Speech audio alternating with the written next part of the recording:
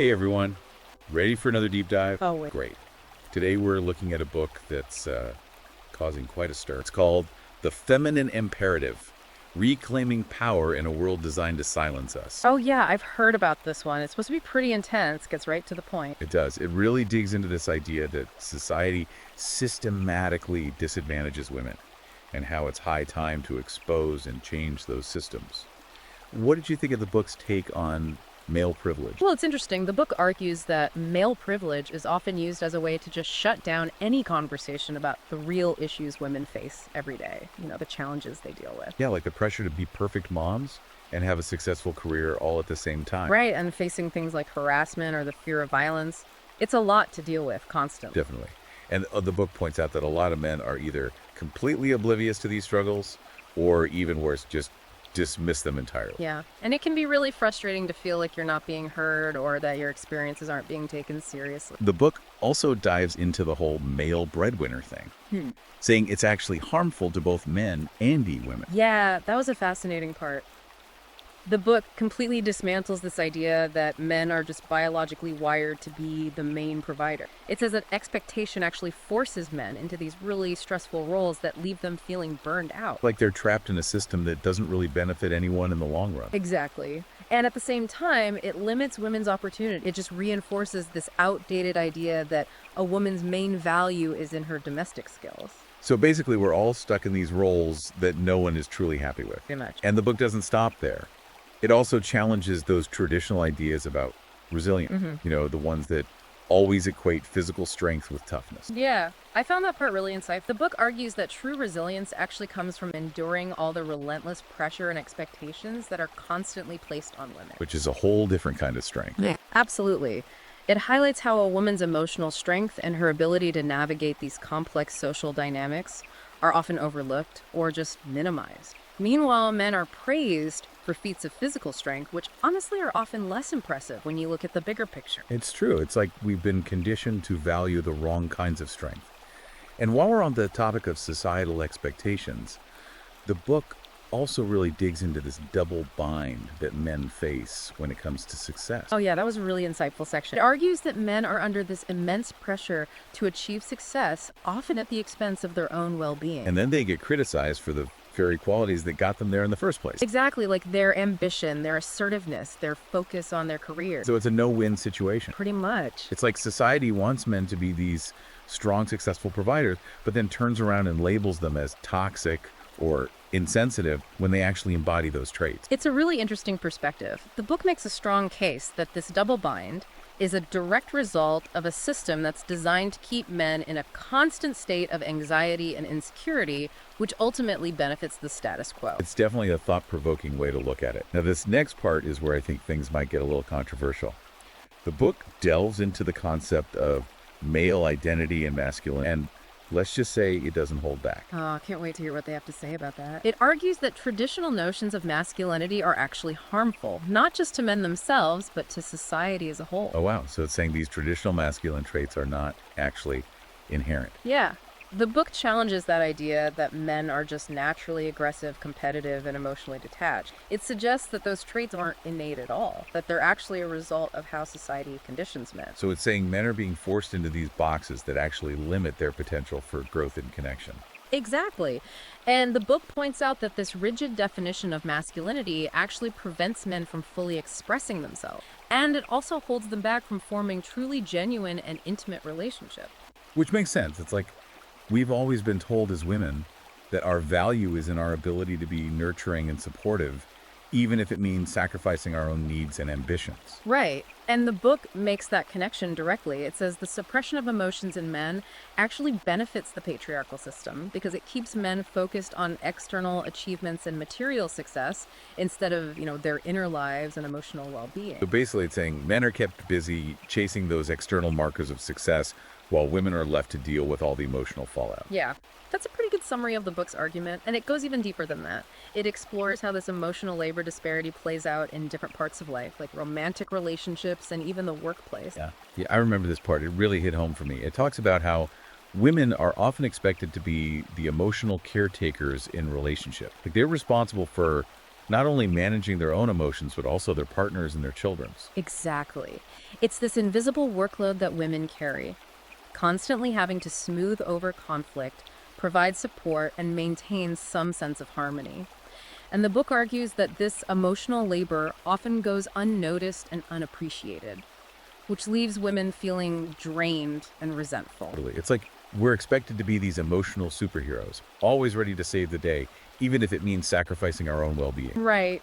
And the book challenges that expectation head on. It says women have every right to set boundaries and prioritize their own emotional needs. Absolutely. It encourages women to reject that role of being the emotional dumping ground and demand that their partners take responsibility for their own emotional well-being too. Now, this is where I thought the book got really interesting. It connects this whole emotional labor gap to the bigger issue of male dominance.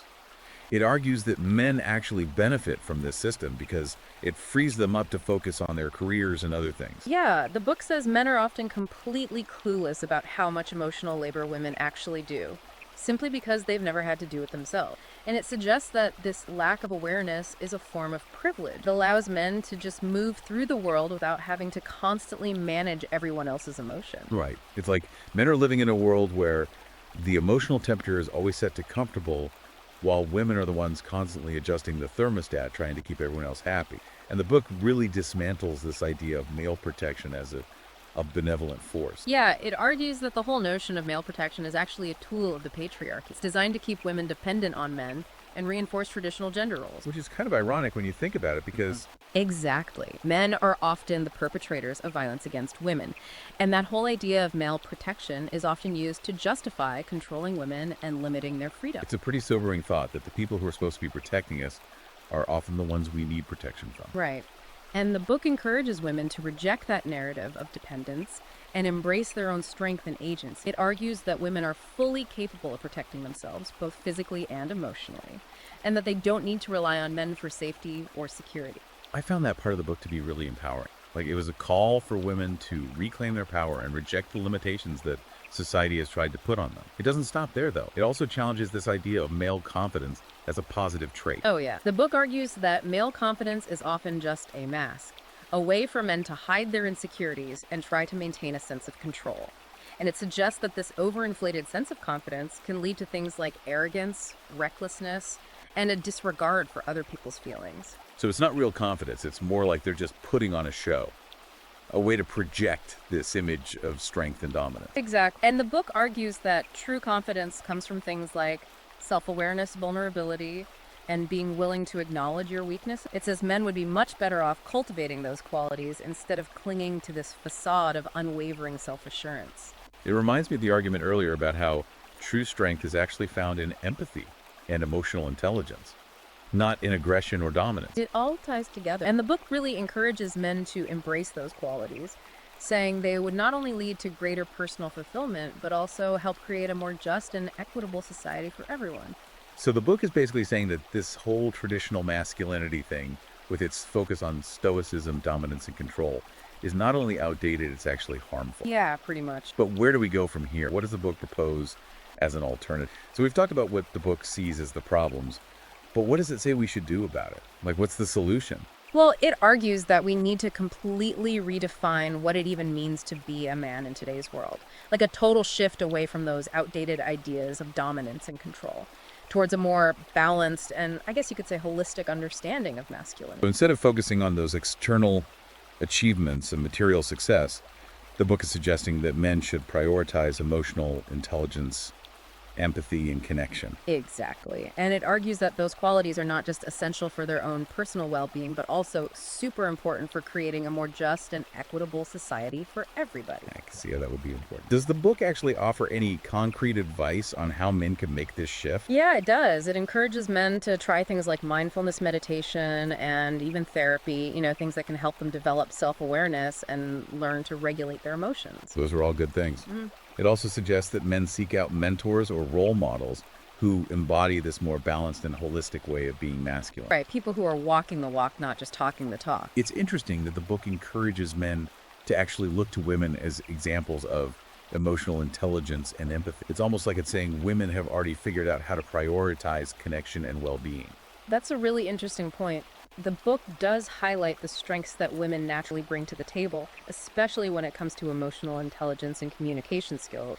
And it suggests that men can learn a lot by observing and emulating those qualities. So it's not about men trying to become more like women, but more about integrating those traditionally feminine qualities into their own understanding of what it means to be a man. Exactly. It's about balance. The book argues that we can only achieve true equality when we move past these rigid gender binaries and embrace a more fluid and expansive understanding of human potential. Right. We need to break free from those limiting boxes. Totally.